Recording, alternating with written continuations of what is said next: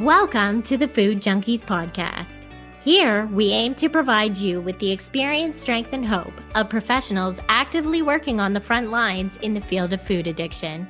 The purpose of our show is to educate you, the listener, and increase overall awareness about food addiction as a disease with abstinence as the solution. Here, we talk about all things recovery. Most importantly, how to thrive rather than just survive.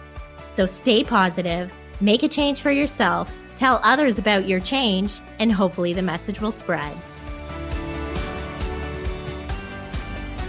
On today's episode, we're very excited to be joined by researcher and low-carb healthy fat advocate, Belinda Fettke. She is a former registered nurse and current health disruptor.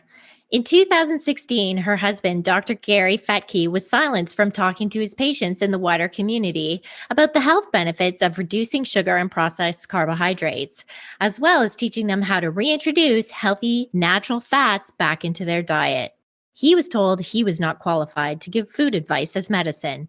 Belinda played a central role in advocating for him during this time, and in 2018, he was exonerated and received a written apology from the Australian Health Practitioners Regulation Agency, which had never happened before.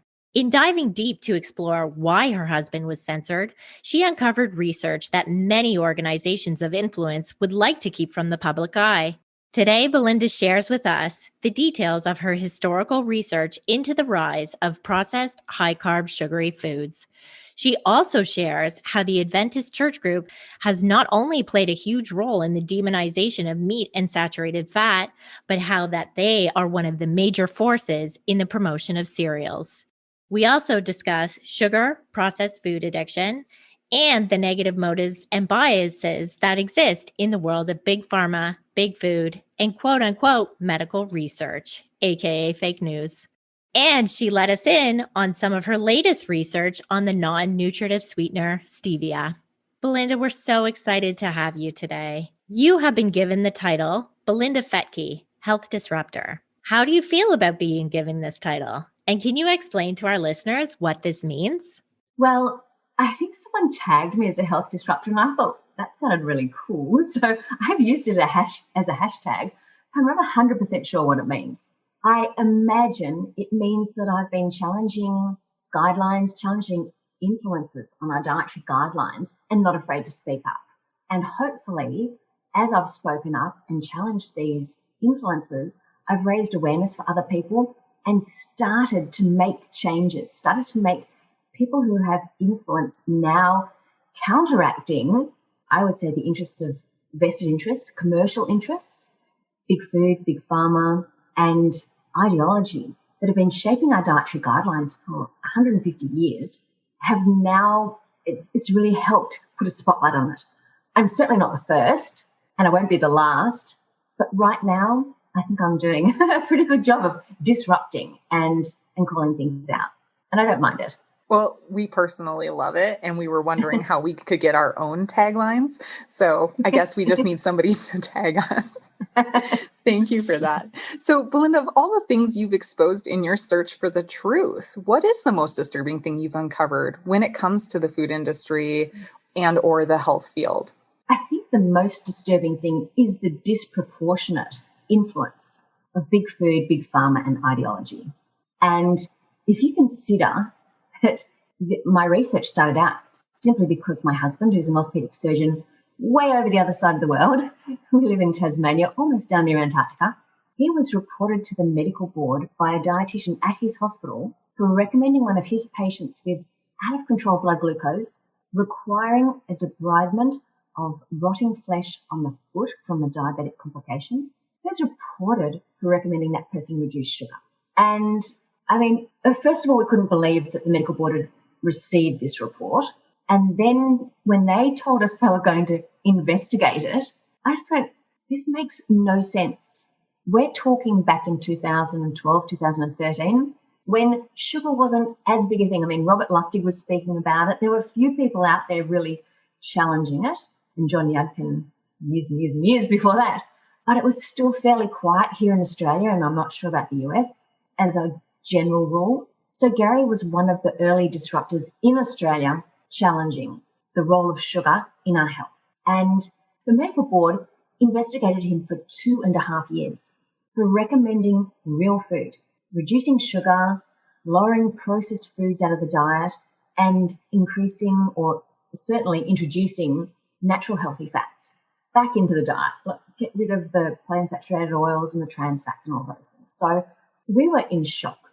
He was actually able, he says, when you see the health benefits of a low carbohydrate healthy fat diet, you can never unsee them in the people that he sees as an orthopedic surgeon, the people that he sees with metabolic health problems, inflammation, and the complications of type 2 diabetes.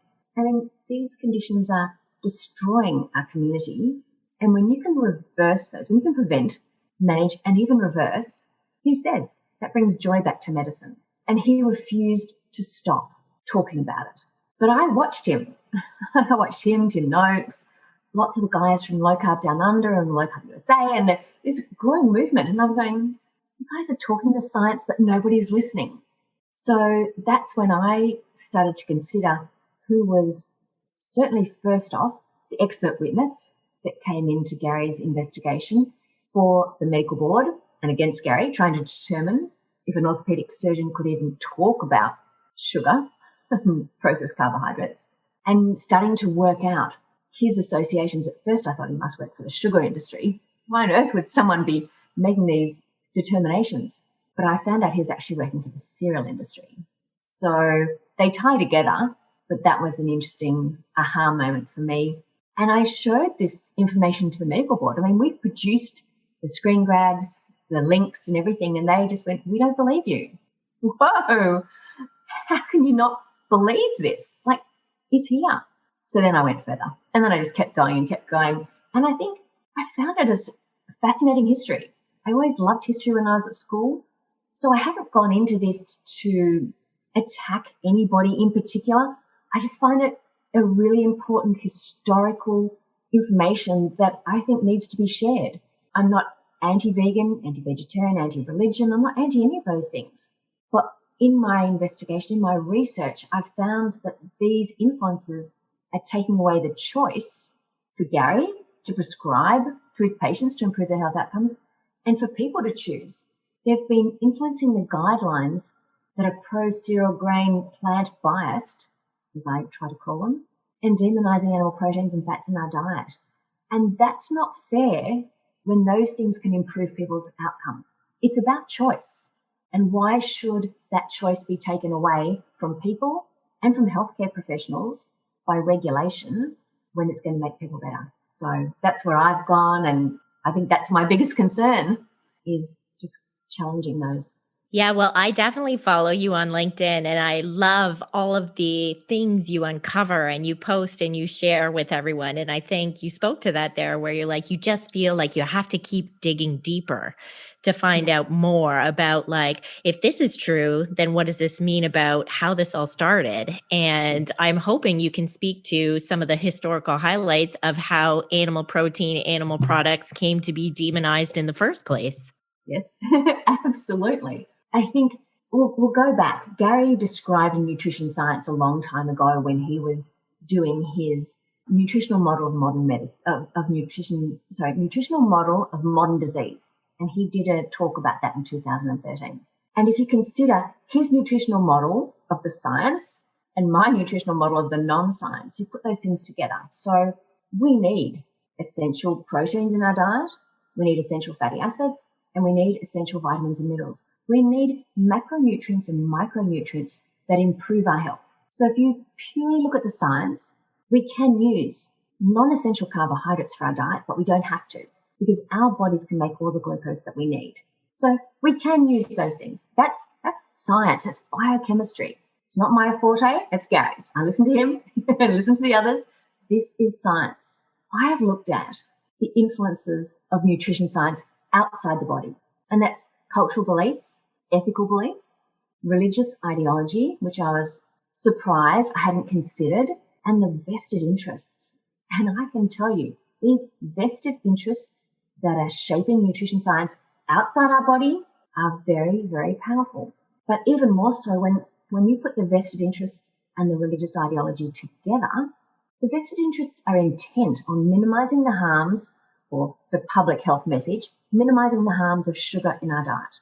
The public health message of the Seventh-day Adventist Church and their ideology is promoting a Garden of Eden diet, the health benefits of fruits, nuts and seeds, which they believe and have been taught from visions of the church co-founder back in 1863, that these foods are the God-appointed diet for man. And if you look at the commercial arm of the Seventh-day Adventist Church, they own 20 plus food industries, and a major one in Australia, which goes beyond the food industry as well into health and wellness, corporate programs and all sorts of other things. But their belief, their public health message and the public health message of the vested interests have somehow aligned because they both demonize animal proteins and fats, and they're both pro zero grain soy plant-based messaging. And when these entities align, they become very powerful allies. And as I've gone back through history, looking at the temperance movement, in the temperance movement, the prohibition of alcohol really gave birth to the sugar industry. Suddenly the American bar was ice cream sodas and ice creams and all these other things. Like sugar became an acceptable drug in prohibition of alcohol. So Coca-Cola, all of these things really birthed in that early 1900s. Sure, sugar was around for a long time before that, but it really became a substance of concern in the 1900s. And then you've got the temperance health reformers, which the Seventh-day Adventist Church is based on, and it started before them, of course, earlier with Sylvester Graham and the Bible Christian community. So you're looking at a group of people who didn't just prohibit alcohol, but they felt that all toxic stimulants were bad. And this included tobacco, caffeine, spices, and meat. Unexpectedly, meat. Ellen G. White, the founder of the church, had a vision from God, claimed to have a vision from God, telling her that flesh meat stirred baser passions and animal propensities, which led to the most heinous sin of all time at that point was considered self-vice. And self-vice is the Puritan term for masturbation. So they're anti-flesh meat, anti-meat, fat, and the blood of animals come from the First Testament in Leviticus and Deuteronomy. But the difference is, compared to the Jewish religion, the difference is Ellen G. White made healthful living. She brought this desire to rid flesh meat from our diet into the actual doctrine of the church. And every member of the church is supposed to be a medical evangelism. Medical evangelism is the right arm of the church, and every person is meant to be a medical evangelist. And they use their health reform message as the entering wedge. You may hear people saying, oh, we've got vegetarian cooking classes, or we've got this, we're trying to teach. They take it into their hospitals, their churches, their communities, and now I've discovered they're taking it into medical education. And we've seen what the demonization of saturated fats for the last 50 years have done in medical education, where doctors have feared fat and put people on statins of go low fat. But the vested interests have also used that messaging to put sugar into low-fat products because they taste so terrible and improve the palatability in it. So the Seventh-day Adventist Church have also used sugars. They've used other things, but they're making not only cereals, soy milks, but fake meat alternatives. And they're very much behind this push. So it's coming from different places. And it's not just the church, and it's not just food industry. It's also pharma. Like it's a triangle of things. Well, and then you can include the chemical industries. They're wanting fertilizers and the crops and things. So it's quite multi-pronged. But the food industry and ideology are into the dietary guidelines. They're in with associations. They're creating resources for people, and it's very, very big. And I think we need to be discussing it, and we need to challenge who is not necessarily declaring their conflict of interest. Because in America, you have the Sunshine Act, and you have to declare a financial conflict of interest, but you don't have to declare an ideology, which in my mind is almost more powerful. If you believe that getting rid of flesh meats, animal proteins and fats out of the diet is healthful living for a religious belief, and that you need to take that message to the people to save them as well. And you believe that Jesus won't come back until enough people have given up animal proteins and fats. That's a very, very big purpose. Wow, absolutely. And a lot of what you just said kind of speaks to how big food as it exists today ties into this historical kind of Ellen White and Seventh-day Adventists and what I've heard, I've heard you speak on this before, and my confusion has always come, or maybe not confusion, but wanting to just be very clear, like, so there's this ideology aspect or religious aspect or some other aspect then meets corporation of some kind, be it big food, be it pharma, be it the chemical industry, whoever, and they all come together and they have a similar goal outcome, but they don't necessarily all work together necessarily, but that they have a similar outcome that they're all working for. And so then it can almost feel daunting for the little guy. I'm at the grocery store, my clients are at the grocery store sending me pictures. Does this look okay? Does this look okay? Mm-hmm. Right. And we're trying to walk people through it. And so I'm just wondering,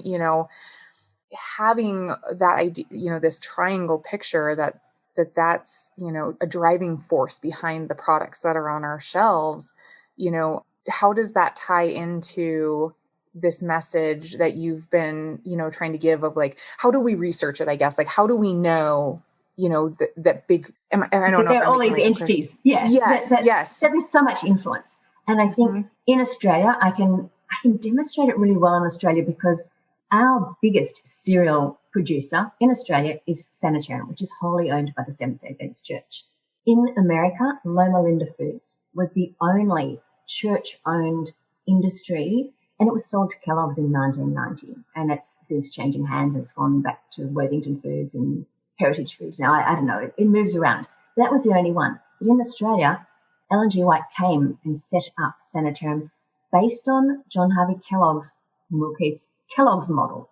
Because while John Harvey Kellogg and his brother grew up as devout Seventh-day Adventists, and John Harvey Kellogg worked as a doctor at the Adventist-owned and founded Battle Creek Sanitarium, he set up an experimental kitchen, and he wanted to create what he called health foods. But if you consider what health foods actually mean, and I think that's where a lot of people get confused. I was confused. Your clients, your people will be confused because we've been brainwashed to believe health foods are not animal proteins or fats. Organ meats. Organ meats are probably the healthiest, most bioavailable, nutrient-dense foods we could have, and they're cheap. But they're not called health foods. You go into the health food aisle, and it's all processed foods. So this started, John Harvey Kellogg invented the very first commercial meat alternative, Protos. It was a vegetable, gooey, gelatinous vegetable protein in a can. He invented nut meat analogues. He invented foods to take the place of meat, milk, and butter, which is what Ellen G. White set up Sanitarium to do. She actually wrote, the health food business is to supply the people with foods which will take the place of meat, milk, and butter. So we have this industry here in Australia who doesn't only produce foods. As I mentioned, it does corporate wellness programs. They invest a lot of money in overseas businesses as well. But I think their influence, they provided resource fact sheets for our GPs in Australia for 20 years to push a button on their desktop computer without them even realizing.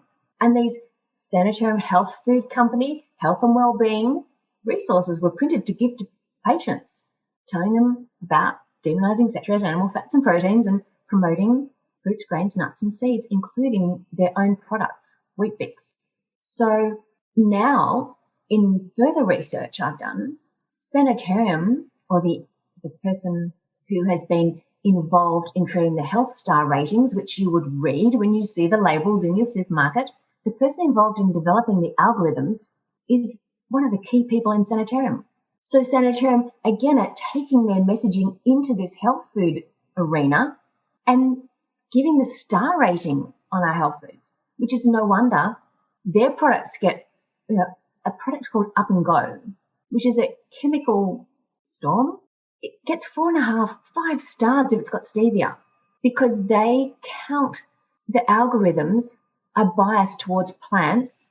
And if you have any animal products in it, well, you lose all the stars. It's a very flawed situation. And I would say, if you look at the group who've been on the dietary guidelines in America, you have someone who is a very devout Seventh-day Adventist and has been hugely involved in research going back 20 years and involved in the dietary guidelines, but specifically on the dietary guidelines committee this year. And he has this belief that we need to demonize animal proteins and fats. So I don't believe any religious ideology should be creating public policy. I'm not suggesting they can't create these ideas or this belief or this teaching in their own church. And if people choose to follow that, that is their choice. But he's there creating public policy after having in 2018 written an actual article. It's called The Global Influence of the Seventh-day Adventist Church on Diet. And he's written it with a group of people from Loma Linda University. And in that paper, it actually states that they believe nutrition science started with the advent of the Seventh-day Adventist Church.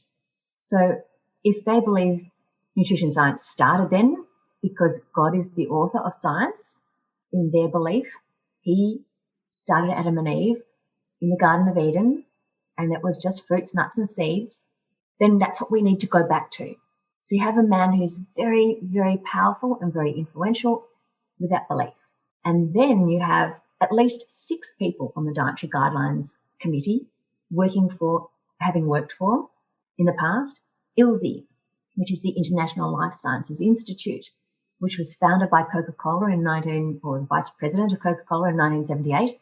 And it's pretty much the parent body of food, chemical, pharmaceutical. I mean, this is the body that's creating research, minimizing the harms of sugar and promoting plant-biased diets. So, and I believe that's for profit. If you look at this, I mean, it totally makes sense historically. So then you go back, as I say, I've looked at this temperance movements and how they both have allowed cereal and sugar to become the predominant food in our diet, cereal and then plant-based diets, the cereals, the soys and things.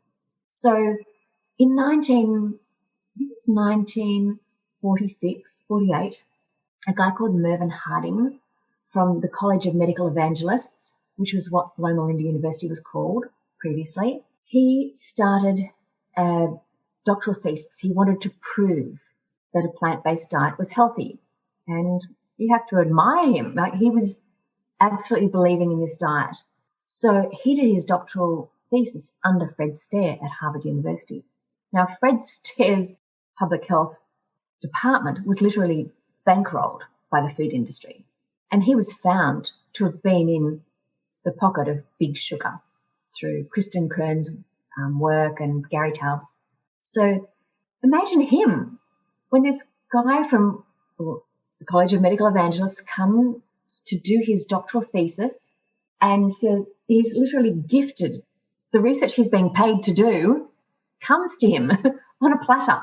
So by 1954, 1956, their research was starting to really influence dietary guidelines. Again, they were starting to get into the Dietitians Association of America. And you can see it starts to grow and grow and grow. And from there, I'd suggest if anyone's interested in seeing the historical influence of the Seventh-day Adventist Church on the American Dietitians Association, which is now called the AND, there's a guy called Rhys Southan, Southan, and he has done the most incredibly heavily referenced website just showing that influence probably from around that stage all the way through, including a woman called Kathleen Zolber, who was a devout Adventist, became the head of the American Dietetic Association around the time when the vegetarian position papers were all starting to come through and say, yes, of course, it's healthy. So you can't dismiss the influence of this group. But as I say, they've aligned with industry because they're both powerful allies and it suits their purpose. And I call it a symbiotic relationship. I think that's the best way to describe it. They're not doing it because they believe in each other's message. They're doing it because it helps them go further.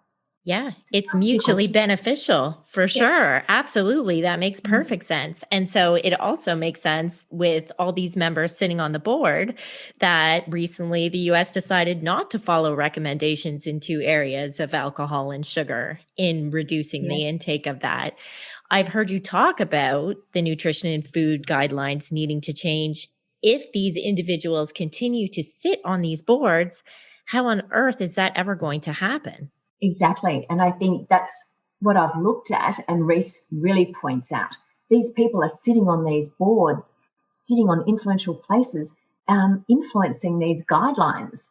And I looked at the vegetarian position paper for the Australian Dietitians Association, the DAA, and every single one was written by a Seventh-day Adventist or someone working for Sanitarium or part of the Seventh-day Adventist Health Ministries in the US, or Kellogg's. And you think, do our dietitians realize? I think this is really important. So it's not just the public looking at health star ratings and ticks or whatever you have in America to give guides as to what's healthy and what's not in your health foods. But we have dietitians and doctors being educated by the food industry, and that food industry could be also based on ideology. We have them being influenced and educated. I don't know if you've seen Michelle Simon did a big article years ago on the American Dietetics Association and the Dietitians Association of Australia, and just put all of their sponsors on there. And it's massively influenced by money coming in to help educate. It's not fair. It's not fair. And do dietitians actually realise in Australia that their parent body who regulates, accredits and educates is taking so much money from the cereal industry and the sugar industry and all these other things? I think this is a massive issue which needs to be discussed. Absolutely. And, not to throw Clarissa under the bus, but certainly part of her story has been, right? The health food store. Yeah. Right. Getting all the bars and all the things. All the health halo effect about this is healthy, so eat this, and reduce calories and exercise more, eat less, like that. I definitely fed into that. And like my father as well as a physician, and that was the messaging that he was given, these are the foods you eat, Canada's food guide. And if you are overweight, then you probably need to eat less and exercise more, because that's what the research says, right? Yes, that's certainly the messaging Coca-Cola's liked to push, and that's illsy. But I think Coca-Cola, and so in regards to my actual research, when I look at the vested interests of particular concern in my work that I've done in silencing Gary, when I've looked at the entities silencing Gary and Tim Noakes, it's Coca-Cola and Sanitarium here in Australia. And these entities say different public health messages, different public health agendas, but they align in the demonization of animal proteins and fats because it pushes the plant-biased health food messaging, which so many of us fall for. And so you are not alone, Clarissa. It's going into looking at the ingredients. I mean, health food is processed. The health food aisle is processed, and we've forgotten real foods. How do we look at going back and eating real food instead, and in educating people in not fearing fat, but the healthy fats, and how do you get people to shop on the outside of the supermarket rather than the inside, which is targeting and messaging us constantly that it's healthy, fiber, less sugar, this, that, but it's not. It's highly processed food. Yeah, no, it's so you nail it. Like I usually, when I talk to my clients, I'm like, eat foods without ingredient labels. It's as simple as that, right? Yeah. Because then you don't have to question it. I did hear you talking about Coca-Cola and International Life Sciences Institute. I just wanted to touch on it because I know recently Coca-Cola has left that organization. And, and we did talk about how they do the quote unquote research that it's physical exercise, not a change in diet that combats obesity. Do you think Coca-Cola leaving this group signals a change in the industry, or do you think consumer buying power and the fact that people are starting to do some research means that they have been alerted and think it's non-profitable to be part of that industry any longer?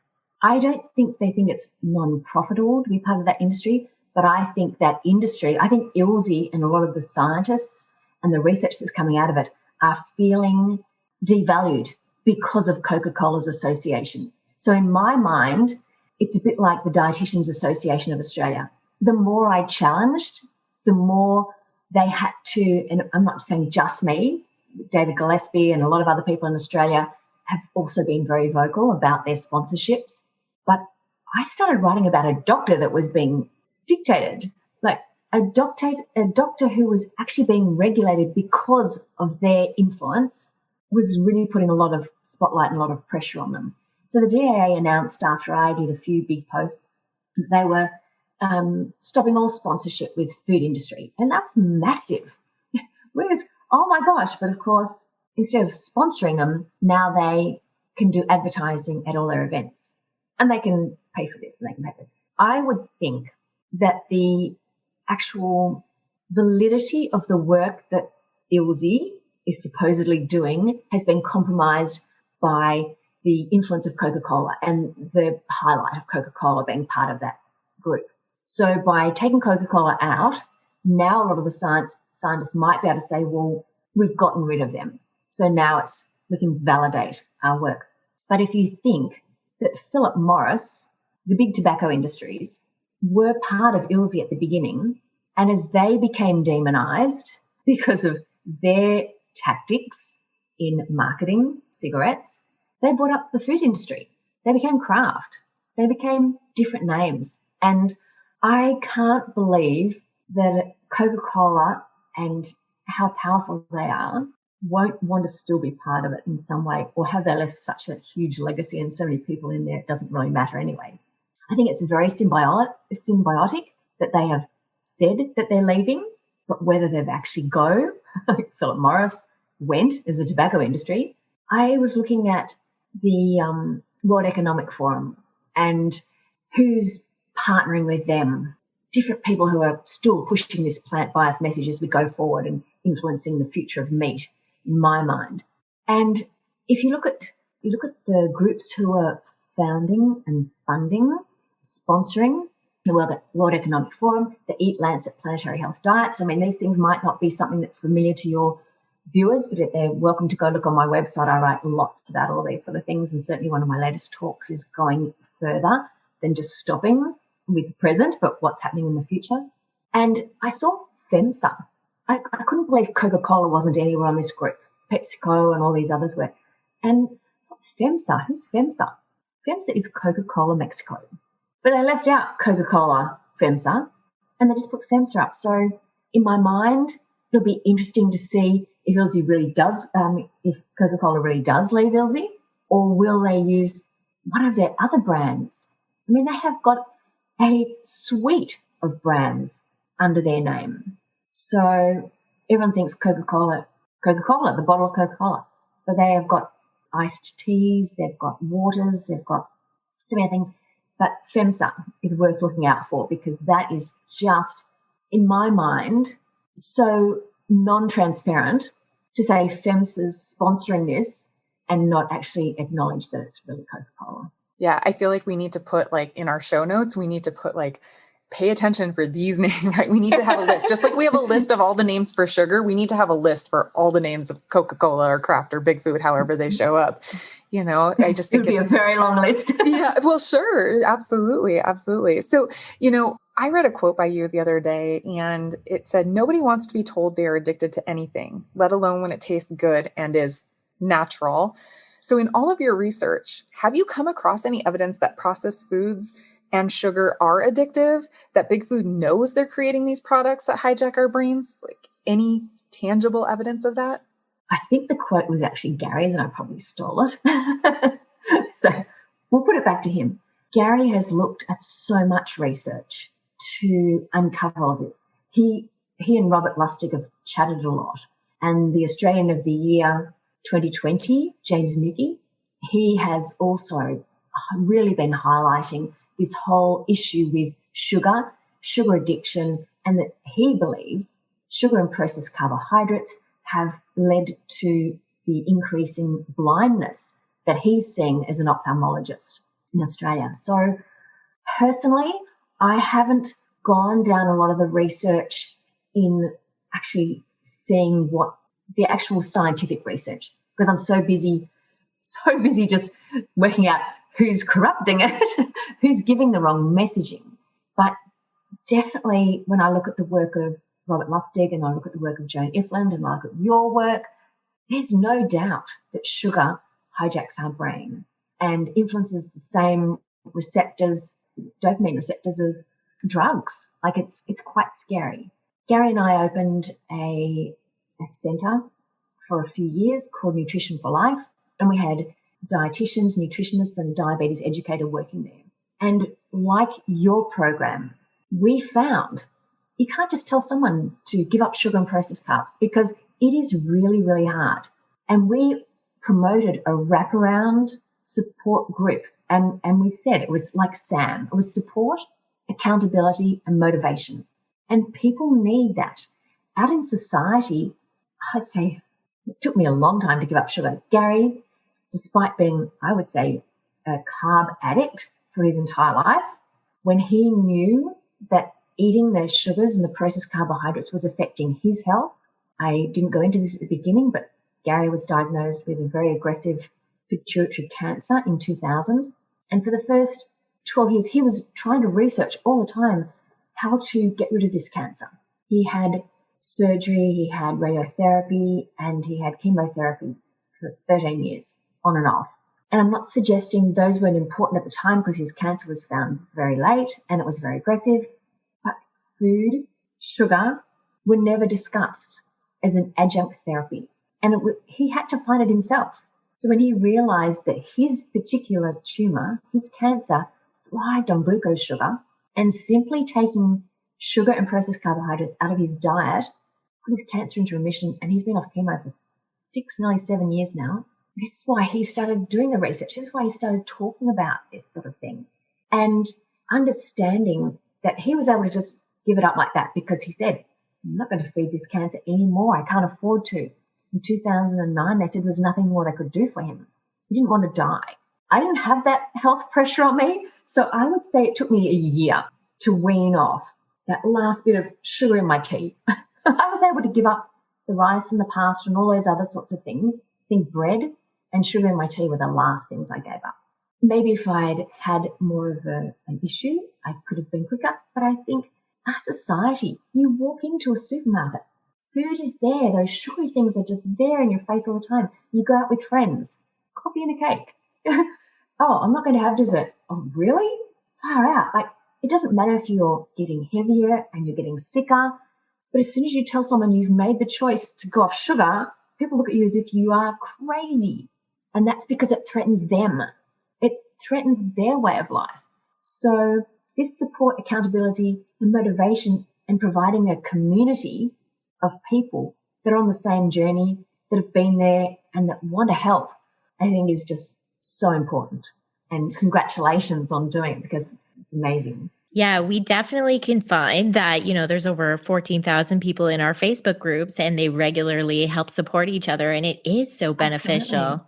But one thing we know is treatment for sugar, carbohydrate, food addiction is not covered here. And so both Molly and I actually sit on the board of the Food Addiction Institute, and we're working right now on creating proposals and submissions to have this recognized in the DSM and the ICD. So treatment for this disease can be covered and recognized because there are so many individuals that need a more intensive outpatient treatment. So as someone who's been in the trenches and battled against all odds with Gary that were against you, and I'm sure at times felt completely insurmountable, what advice would you give us? And do you think this is something that we might get to see in our lifetime? I'll answer the second bit first. Okay. I do believe it's something you'll get to see in your lifetime. It is, I'm seeing changes already, and I think it's a bit like Coca-Cola leaving Ilse. It's because the public are demanding it. The public are questioning, and this is the power of the people. Oh, instead of top down, we're doing a bottom-up movement. It's the people going, it's my health, and challenging those things. Being in the trenches, it's uncomfortable, it's challenging, it's time-consuming, and it's so worth it when you see people take back control of their health. When you see those changes, when you have stories come to you and people go, oh my gosh, I've done it, or I'm doing this again, or I've lost this weight, I'm not feeling so foggy in my head, I'm not addicted to those substances anymore. But it's not easy for people to come off these things. Some people, they can just give it up and they'll never go back. Gary's one of them. Other people, we found when we were working with Nutrition for Life, they'd end up being a family celebration and someone would convince them to try a little bit. And as soon as they try that one little bit again, whoa, it was hard to get back. But I think the really important thing is never give up giving up. It's not a bad thing. It's just, okay, you know you did it before, so it gets easier and easier and easier every time you make that decision to try again and get back with those same people who will motivate you, get back with the group, and just keep working through that. So as a health disruptor, Gary risked his medical license to keep talking about reducing sugar and processed carbs in the diet. The medical board investigated him for 2.5 years, and their determination at the end, he became the only medical doctor in the world silenced from ever talking about nutrition or sugar to his patients, to the wider community, and it was lifelong and non-appellable. So that's why I became very, very loud. And it took us another 2 years going to the National Health Ombudsman, who finally were able to reverse or to throw out all the vexatious allegations against Gary. But that's 4.5 years where he was risking his medical license that entire time. He refused to give up. He refused because he was amputating bits of people's feet and maiming them for a diet-related disease that he could make those changes. So in putting it into an actual document and creating changes, was it the DSM, did you say? Yes, the DSM and the ICD we're working on right now. Yeah, so in making those changes, everything else that's in that document, I believe, and the same with Diabetes Australia and their documents, it's about band-aiding sick care. It's about medicating. So the hardest thing you're going to find in trying to make these changes is it isn't a tablet. It isn't something like that. In fact, it's threatening an industry that's making profit. I think it's so important, and I honestly believe that our authorities, our associations can't keep denying it for much longer because people are seeing so much change. I think it will come, and congratulations on working towards it. But it's not going to be quick and it's not going to be easy. No, and thank goodness we have many well-educated, intelligent people helping us along this journey. Yes. For sure. You know, I think you said so many important things there. I really could relate to when you were talking about, watching these patients come into your clinic, and there would be the ones that could just stop and they would never touch it again. And then there would be the ones that would be in and out. And it just really reminds me, I actually come from the substance abuse world. That's how I started all this for 15 years. I've been doing other substances, mental health, that kind of thing. And we always had to remind ourselves, because I worked in a facility, and I always had to remind myself that there is this statistic, and not that it's all about statistics, but I had to remind myself 33% will never pick up again. 33% will do that in and out, pick up, put down, pick up, put down. And 33% will just, that's how their life will end, is, with the bottle, with the pill, with the needle, with the sugar, whatever it might be. And the problem is we don't know which 33% we fall into. No. Right. And so it is that support piece and that motivation piece and that accountability and just the hope and all those things. And I think you just nailed it on the head there for sure. So knowing all this, knowing your research background, just your life experience, all these things, in this age of all the fake news and these dietary guidelines, and we don't know who's influencing who, and research is being funded by these industries. And so how can our listeners sift through the food confusers, if you will, out there and take their health into their own hands. Like if you could just give them advice today as they're listening, what can they do right now that would take back some of their, empower themselves with their health? Well, I think as you two have alluded to, don't walk down the health food aisle. Buy from the outside. Go to the market. Support local farmers if you possibly can. But not everyone can do that. And Gary's got a really good idea. He's suggesting that people eat for their location. If you have farmers that are producing fresh, seasonal, local foods, support them. Otherwise, choose minimally processed foods. And consider organ meats because honestly, they're nutrient dense, they're inexpensive. And I've been told, and our challenge is because it's Organuary in the UK, apparently, that we're going to try beef heart. Apparently, if you slice beef heart, it's not nearly as strong as a lot of the other organ meats. I grew up eating it. It's delicious. Okay. And we have amazing patés and things that are produced here in Tasmania. I think there's a big movement in our small community, because we are a rural community, in starting to really consider the whole animal. So it's minimizing waste and maximizing nutrition. And this is a big part going forward, is how do we create a sustainable, ethical future in food? And I think it's getting rid of that processed food because there's so much waste in the packaging. There's so much processing that's being done that people don't even consider that. We're getting a disconnect between our food supply and our health. And if you've grown up, Holly, eating beef heart, I grew up eating livers and pate, but I think it's really important. People have been taught to it. If you look at your dietary guidelines, there's not a single mention on there of an organ meat. Yeah. Why? Because nobody also knows how to cook them or what to do with them, right? That's, I think, a bit of the fear part too. And I think that needs to be an educational piece that is implemented so people know what to do with these organ meats. But we've been taught to cook plant foods. That's true. Good point, Belinda. Yeah. No, it's so true. I actually started a food rescue program here. And so we would rescue all the food from the grocery store, meat specifically, that wasn't bought. And then we took it to the food bank where we help people who have less than. And a lot of it was organ meat. And so we had to provide recipes in order to educate individuals on what to do with these meats, because these organ meats are being wasted right now because nobody knows and they fear them. So I definitely think like some kind of beautiful organ campaign would be, maybe that's the next thing we need to start. So how do our listeners find you? I've got a website called I Support Gary, which I write on every now and again when I think of a new article. I've actually got so many in my head, I've got a whole lot started.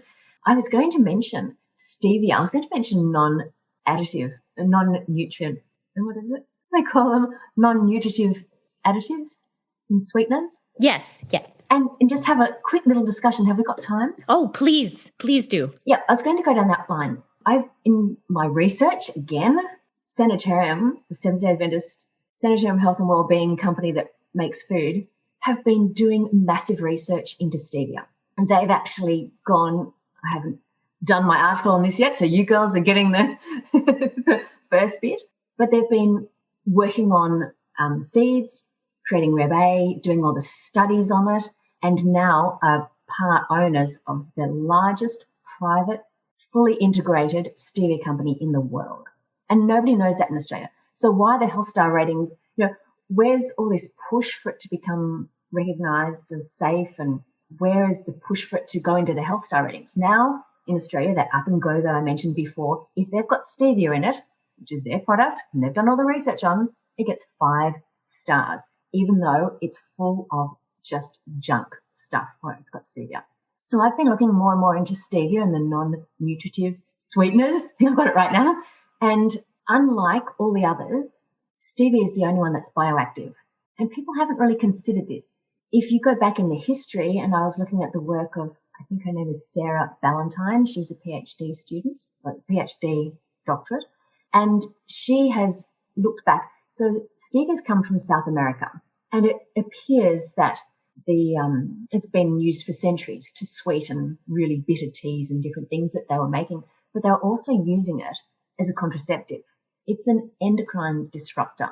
Maybe Gary's always talked about using erythritol, stevia, monk fruit, and all those other things, a bit like a methadone program, because some people find it really hard and they want to give up sugar straight away, and these things can help people change over time and reduce their sweeteners. But if you consider that potentially stevia may be an endocrine disruptor, and it may also affect our gut microbiome, and this is the work of Sarah and others. She puts references to different research that's on that website.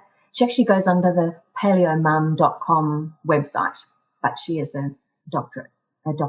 And I'm really concerned that, okay, small amounts and as a weaning off, it's probably fine. But if you use a lot of stevia, I think what we found was a lot of people try to mimic their Western diet eating when they go over to a low-carb diet, and they want to do all the baking and they want to do all the things that they did before so they don't feel like they're missing out. Honestly, the easiest thing to do, and I wish I told my previous self, is just eat real seasonal food. Go back to the simple way of eating. Okay, the occasional cake's okay, but you don't want to bake every single week, and you don't want to be putting stevia in your food multiple times a day at this point in time when they don't have enough research into the actual effects it could have on your body.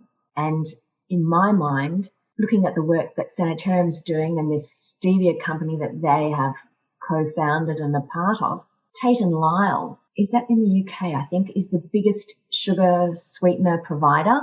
And they provide all the sugars and sweeteners for Coca-Cola and all the major cereals and food companies. So again, okay, they might be doing stevia to get rid of sugar, but really they're just promoting the processed foods that could swap out sugar for stevia. And maybe stevia might not be as good. Also, you've got to consider that our brains consider that as a sweetener, and it confuses some of the messaging. So looking into this, okay, to have a little bit might be all right. But if your brain reacts to that stimulus of a sweetener, potentially type 2 diabetes could still be a risk. And if you're producing a lot of adrenaline and cortisone in response to that sweetness, and then the sweetness isn't actually there, it's just confused your tongue and your brain, then what could that potentially be doing to our bodies also? So I think there's a lot more research that needs to be done into it. And I think, unfortunately, it's another thing like the trans fats and the margarine. It's another thing. Let's get this health food business is to take the place of flesh meat, milk, butter, and sugar. But all of those replacement things might not actually be as healthy as we've been led to believe. Right. Well, and stevia is a plant, and like you talk about the coca plant, or we know about, right, like the coca plant versus the stevia plant. And then like once we refine them, right, it's a whole nother animal. And so it just leads me to believe, like, if this is a plant that's found in South America and they've used it for centuries, it probably has a different impact on the body in that use methodology, right, versus us grinding it up and making it into a powder. Yet again, we're talking about a powder. Right. Yeah. And the stevia leaf has, each of the different stevias, a stevia leaf, I think when you eat it has one of the elements, but when you grind up the stevia plant, you end up with 10 of the elements. So yes, you're changing the composition of it. Well, so we have this signature question, and I feel like you kind of answered it, but we try to ask everybody this question of, like, if you could tell yourself a younger version of yourself something about sugar or processed foods, what would it be? Well, if I could tell my younger version of myself, I'll make it a bit interesting. I grew up in a house with a mum who had been a dental nurse. So she didn't encourage the sugars and the processed foods. We didn't have a lot of money, so we cooked. Our meals were based on meat and veg. Occasionally she might cook something or bake something, but I grew up on organ meats and all of those other things. I met Gary when I was 16. He grew up in the complete opposite. He grew up processed food, saturated oils, all of those things. And if my younger self had instead influenced him to eat how I ate, instead of being influenced by him, that's what I would tell my younger self. Be stronger. he should be eating the way we eat, not the way he eats, because I do believe his high diet of sugar, like he had barbecue sauce on everything. He loved and ate cereals, breads. Like, well, he was told to eat 6 to 11 serves of carbohydrate per day, and he did. He ate all of those. My younger self, I actually didn't eat breakfast. It was just something I naturally chose not to do because I didn't like cereal. So I would eat my breakfast, break my fast at around lunchtime. And I loved meat and veg. I loved leftovers. And I think I had this man telling me from the time he started medical school, breakfast is the most important meal of the day. You have to eat cereals. You have to eat cereals. So that's what my younger self would have done. Ignore him. Love him, but ignore him.